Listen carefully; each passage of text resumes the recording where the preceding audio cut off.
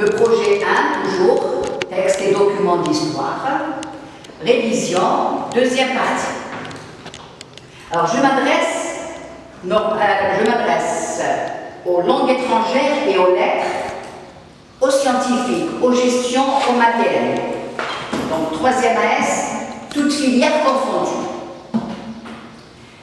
Qu'est-ce que j'ai choisi cette fois-ci? Les questions les plus fréquentes au baccalauréat. Alors, je reprends les questions et j'essaie de reformuler ou de formuler les réponses. Nous allons travailler ensemble. Première question. À quel genre ou le type appartient ce texte? Justifiez votre réponse. Voilà la question posée. Quels sont les éléments qui le montrent? À quoi le reconnaissez-vous? Donc voici les types de questions. Voici les réponses. Alors, à quel genre le type? Le texte est historique. Alors, puisque nous sommes dans le texte historique. Et c'est pareil, vous allez voir, pour le texte argumentatif, pour le texte exhortatif. Historique, argumentatif, exhortatif. Nous sommes dans le texte historique, donc le type de texte ou le genre historique. Maintenant, quels sont les éléments qu'on va justifier? Alors, justifier là, quand on dit justifier votre réponse, c'est-à-dire, c'est donner les éléments qui le montrent. Quels sont les éléments qui le montrent? Alors, nous avons les événements principaux. Qu'est-ce qui se passe dans le texte? Les actions, les dates, les indices temporels, les indicateurs de temps, les indicateurs de lieu, la présence de repères chronologiques. Voici pour la première question. Donc, quel est le type? Et justifiez votre réponse. Deuxième question. Quel est le thème? C'est-à-dire, de quoi parle le texte? J'explique. Le thème, c'est ce dont on parle. C'est le sujet abordé dans le texte. Je donne un exemple. Vous avez le texte, les manifestations du 8 mai 45. Quel est le thème? De quoi parle le texte? Le texte parle des manifestations du 8 mai 45. Et là, je vous demande toujours de répondre par des phrases. De répondre par des phrases. Le texte parle des manifestations du 8 mai 45. Troisième question. Alors, nous passons du thème, nous passons à la visée communicative. Alors, quelle est la visée communicative? Soit de l'auteur, soit du texte, c'est pareil. Alors, la visée, on a vu la dernière fois, nous avons vu 3 séquences. Il y a la première séquence, c'est donner des informations, présenter un fait historique. Deuxième, c'est le témoignage. Troisième, c'est commenter et analyser un texte. Donc, les visées vont être différentes. Alors, la visée, elle peut être informative. Donner des informations. La Coupe du Monde, la guerre d'Algérie, l'auteur ne donne que des informations. Ensuite, elle peut être informative et explicative. Vous avez par exemple la communauté algérienne, la communauté européenne en Algérie. Des chiffres, il a fait appel à des procédés explicatifs, l'illustration, la reformulation, des exemples, etc. Donc elle est informative et explicative. Donc nous avons des informations, des événements, pardon, et des circonstances. Maintenant, la visée, elle peut être argumentative quand il y a insertion de témoignages. On a vu dans les textes du 8 mai 45 où les personnages vont faire appel à des témoignages. Où là, il va utiliser soit le style direct, soit le style indirect. Ensuite, l'auteur aussi, quel est son but, quel est son objectif? C'est de dénoncer ou de condamner. Exemple, vous avez le texte Une guerre sans merci de Martin Kedesh, où il dénonce, il condamne le comportement du colonisateur. Ensuite, l'auteur aussi, son but, c'est de rendre hommage. Alors, rendre hommage, vous avez l'exemple du texte, exemple, Journal du Maquisard, extrait d'un journal Al-Mujahid, où l'auteur va rendre hommage aux femmes algériennes pour leur courage, leur dévouement, leur courage, leur dévouement.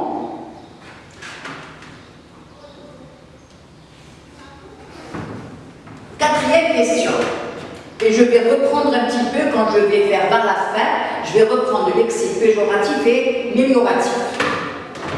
Ensuite, quatrième question, relevez le terme qui justifie votre réponse. Relevez l'expression qui justifie votre réponse. Et là, l'élève, quelquefois, il ne fait pas la différence entre le terme et l'expression. Alors, quelquefois, on vous dit relevez un terme ou une expression. Donc, vous êtes libre. Et quelquefois, on vous dit relevez 4 mots. Relevez 2 expressions. Un mot et une expression. Je m'explique. Un terme est une seule unité linguistique. Alors, ça peut être un verbe, ça peut être un nom, ça peut être un adjectif, ça peut être un adverbe. Une expression, c'est un groupe de mots. C'est un groupe de mots. Je vais retrouver ça aussi vers la fin. 5e question. On peut avoir aussi à qui ou à quoi renvoient les pronoms soulignés. Ou encore, relever un substitut lexical de, on vous donne un mot, par exemple un substitut lexical de, j'ai pris des exemples après, de Dudush Morad. Alors, le substitut lexical de Dudush Morad, c'est le militant, le héros, le militant. Un substitut grammatical de Dudush Morad, ça peut être il, ça peut être lui, ça peut être son. Donc je fais appel, là je fais appel au vocabulaire. Par exemple, je dis un professeur, Madame Chiradou, un professeur, le professeur, l'enseignant, l'éducateur. Voilà. Je fais appel à un substitut grammatical, elle. Donc, le substitut grammatical de Dudush Morad, c'est il, c'est lui, c'est son. Alors, le substitut, donc quand je prends le substitut grammatical, il peut être un pronom personnel, il, elle, en, y. Il peut être un pronom relatif, qui, que, dont, ou, par exemple. Il peut être un adjectif possessif, leur, mon, ton, son, etc. Là aussi, c'est un pronom personnel. Alors, c'est quoi un substitut grammatical? Les substituts grammaticaux, ce sont des mots qui permettent de reprendre un mot ou un ensemble de mots lexicaux. Ils évitent la répétition et on les appelle aussi les anaphores. 6e question qu'on peut avoir aussi. Relevez 2 indices de la présence de l'auteur. Comme on peut vous dire, est-ce que l'auteur est présent? Justifiez votre réponse. L'élève va dire oui, mais il faut justifier. Alors, qu'est-ce que je peux avoir comme réponse? Les pronoms personnels, le je, le tu, le ma, le mon, etc., le moi. Les adjectifs possessifs, le mien, la mienne, le tien, la tienne, la nôtre, le vôtre, etc. Nous, notre, ça dépend si l'auteur est je ou si l'auteur est nous. Voilà. Ensuite, l'auteur est-il présent? On peut avoir aussi une autre question. L'auteur est-il présent dans le texte? J'ai essayé de changer. L'auteur se manifeste-t-il dans le texte? L'auteur s'implique-t-il dans le texte? Donc je peux avoir est-il présent? Est-ce qu'il s'implique? Est-ce qu'il se manifeste? Et toujours justifier votre réponse. Alors voici la justification. D'abord, il y a la présence de je ou de nous. Si l'auteur parle en lui-même, je. Si il est avec ses amis, c'est nous. Vous les avez vus dans plusieurs textes qu'on a étudiés. Ensuite, la présence de commentaires. Quand je dis commentaire, ça peut être un lexique ou un vocabulaire mélioratif, c'est-à-dire un vocabulaire positif, comme ça peut être un vocabulaire péjoratif, c'est-à-dire négatif. Il va y avoir aussi la présence de modalisateurs. Malheureusement, peut-être, sans doute, certainement. Il va y avoir aussi la présence du conditionnel. Le verbe conjugue les verbes conjugués au conditionnel. Et il va y avoir aussi les guillemets. Quand je dis les guillemets, ce n'est pas le style direct. Alors, vous avez dans le texte,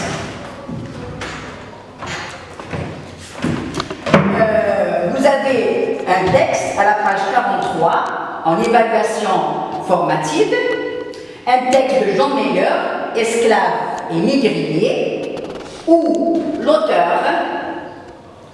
compare, où on a comparé les esclaves noirs. Regardez, on parle des esclaves noirs, des négriers. Alors vous avez le mot, vous pouvez reprendre votre livre à la page 43. Les esclaves vont devenir la principale marchandise. Et le mot marchandise, il a été entre guillemets. C'est-à-dire qu'on a comparé, il a donné son avis ici, l'auteur, il a comparé les esclaves à une marchandise. Et ensuite, vers la fin, il dira, ces esclaves venant d'Afrique sont livrés en Amérique. Le mot livré est entre guillemets. On ne livre pas les hommes. Donc ici, l'auteur a exprimé son opinion en mettant les mots entre guillemets. Et vous avez les verbes de modalité. J'ai donné la dernière fois dans le texte exhortatif, pouvoir, devoir, falloir, etc. Vous avez aussi les effets d'expressivité, la phrase interrogative, la phrase exclamative, où on s'exprime. Voilà donc les mots ou les termes qui expriment la présence de l'auteur dans ce texte. Alors, on peut avoir le jeu, on peut ne pas l'avoir.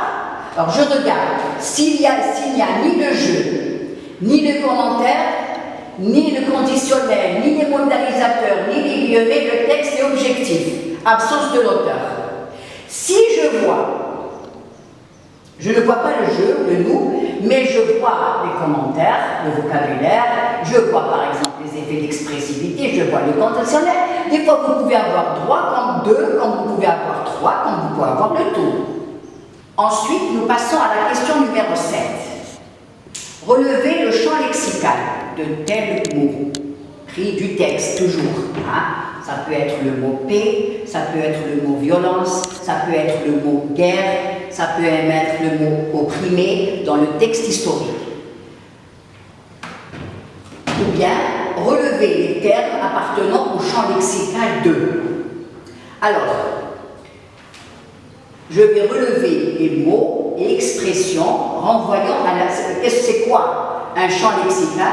C'est les mots et expressions qui renvoient à la même idée. Alors, je donne un exemple.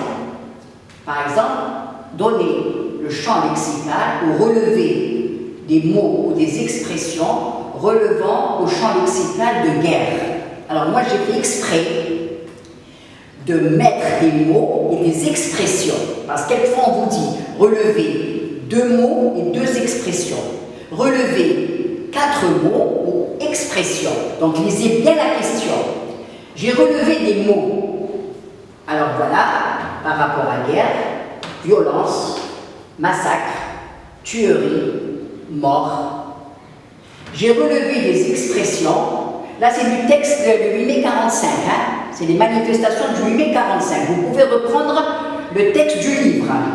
J'ai relevé des expressions, j'en ai pris une. Abattu impitoyablement. Vous voyez l'expression.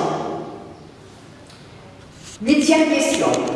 Alors, vous avez quelquefois un verbe conjugué au conditionnel et on vous demande de donner sa valeur. Quelquefois, on vous donne la valeur. On vous donne 3. C'est ce qu'on appelle la question à choix multiple. C'est-à-dire, c'est à vous de choisir la réponse. Alors, quelle est la valeur du conditionnel dans cette phrase?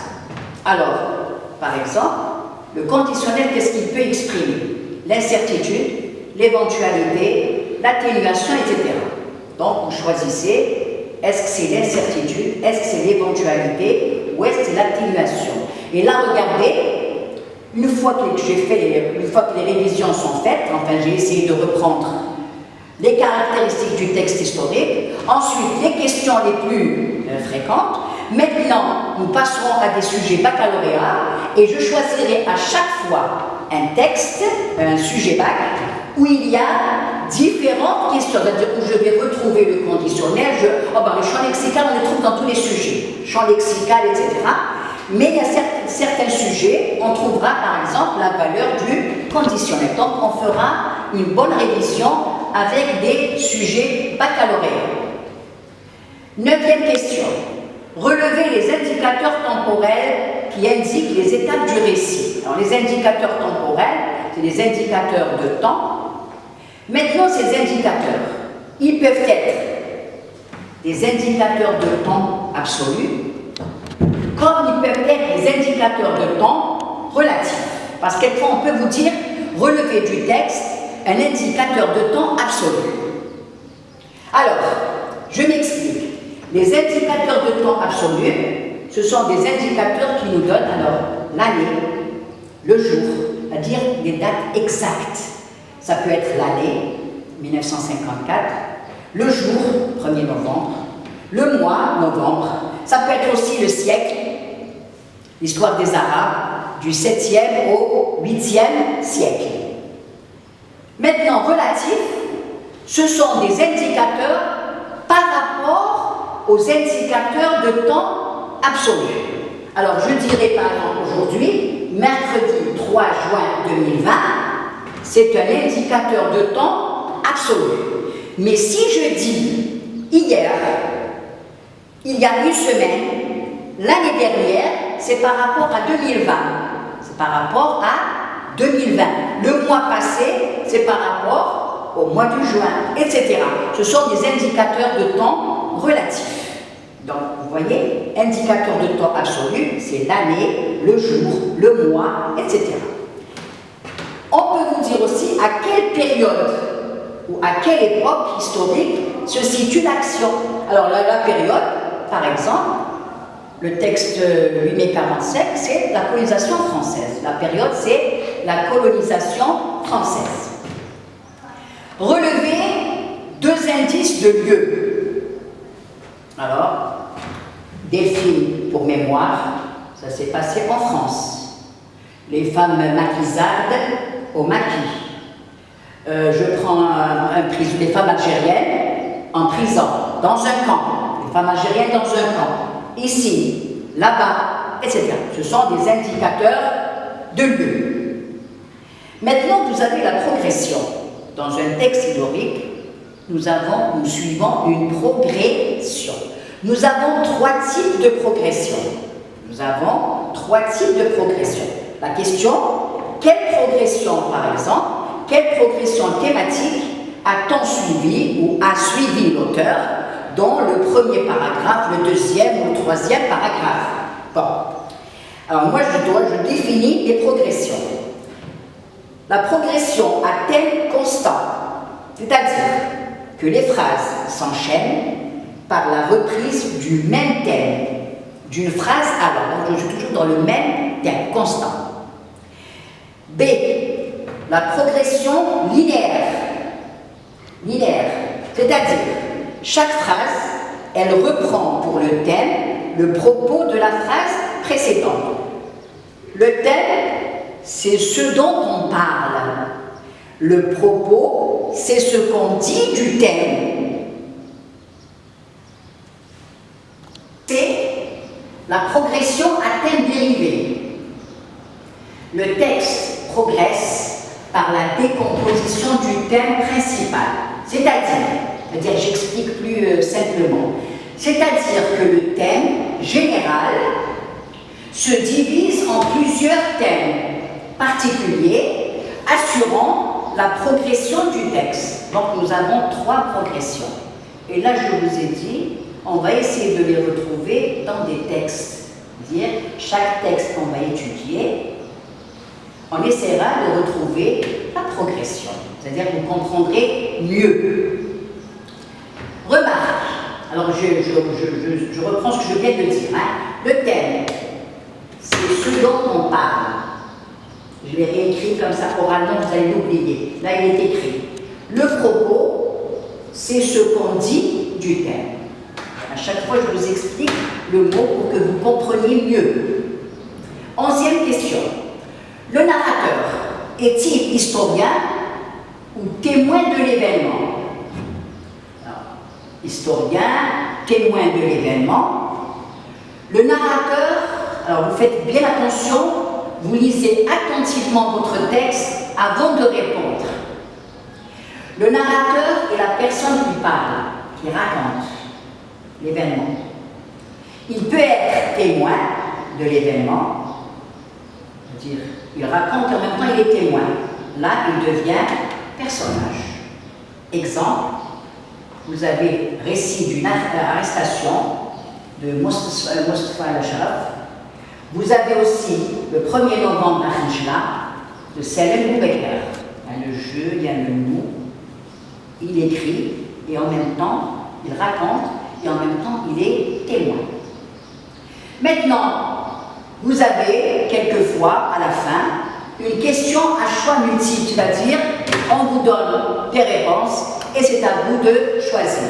Relevez la bonne réponse, relevez la ou les bonnes réponses, relevez les bonnes réponses, ça dépend. Alors là, c'est à vous de lire attentivement le texte et de choisir la bonne réponse. C'est-à-dire, il ne faut pas sauter sur la réponse. Il faut toujours relire le texte à chaque fois avant de répondre. Alors maintenant, je vais parler, je crois dans la 8e, la 5e ou 6e question, du lexique péjoratif et du lexique mélioratif. Alors, lexique péjoratif, c'est le lexique négatif. Alors, j'ai pris le texte Histoire du 8 mai 45, Mohamed Mousli, et j'ai essayé de vous relever moi-même le lexique péjoratif. Alors, j'ai pris des mots et des expressions. Alors, regardez, le colonat, animé par la haine et la violence. Toujours le champ lexical de la guerre, le champ lexical de la violence. Massacre, c'est un mot. Abattu impitoyablement. S'opéra sauvagement, regardez le lexique. Abattu sans pitié. Exécution sommaire. Et dans ce texte, l'auteur, quand il s'agit de dénoncer, de condamner le comportement du colonisateur, l'auteur fait appel au lexique péjoratif. Donc, lexique péjoratif, quand il s'agit de dénoncer, de condamner le comportement du colonisateur. Lexique mélioratif ou le lexique positif. Alors, nous avons toujours dans le texte des manifestations du 8 mai 45. Les Algériens, vous savez, sont sortis pacifiquement pour faire des marches. Alors, vous avez scandant dignement, avec dignité. Ça, on parle des Algériens. Hein? Là, c'est le comportement du colonisateur. Hein? Et là, c'est le comportement des Algériens. Scandant, ils sont sortis pacifiquement. Scandant dignement, lexique positif, lexique mélioratif. La marche, elle avait un caractère pacifique. Le mot pacifique, qui vient de quel mot? Du mot paix. Paix, pacifique, pacifiste, pacifiquement, pacificateur, etc. Les mots de la même famille. Ce n'est pas le champ lexical, c'est les mots de la même famille. Quand je dis champ lexical de pacifique, solidarité, fraternité, etc. L'utilisation donc du lexique mélioratif ou positif dans le texte Journal du Maquisarde. extrait du journal El Mujahid. Ces femmes, regardez, j'ai pris les textes qu'on a étudiés en classe. Ces femmes vaillantes, exceptionnelles, courageuses, qui n'ont jamais reculé devant un danger. Alors, lexique positif, amélioratif, pour montrer le courage, la bravoure, les sacrifices des femmes algériennes durant la guerre de libération. Donc, pour mieux comprendre, si vous voulez, les enfants, essayez de reprendre ces textes, de les relire attentivement et d'essayer de répondre aux questions, de chercher maintenant, à vous de voir, de chercher le thème, puisque je viens d'expliquer un petit peu les questions. Quel est le type, le retrouver le thème, un champ lexical, quelle est la visée de l'auteur, etc., etc. Donc, est-ce que l'auteur il est présent? Je vais essayer d'appliquer ce que je viens de voir sur les textes de mon livre. Alors, vous avez tous les textes, Delphine pour mémoire, vous avez Histoire du 8 mai 45, le 1er novembre à Khenchla, les femmes algériennes dans les camps, la guerre sans merci, etc. Voici donc pour ce cours, pour cette leçon, qui est, je vous ai dit, la plupart des questions, les questions les plus fréquentes que nous avons au baccalauréat. Donc je vous remercie de votre attention. Votre professeur qui vous souhaite la réussite. Madame Chéri.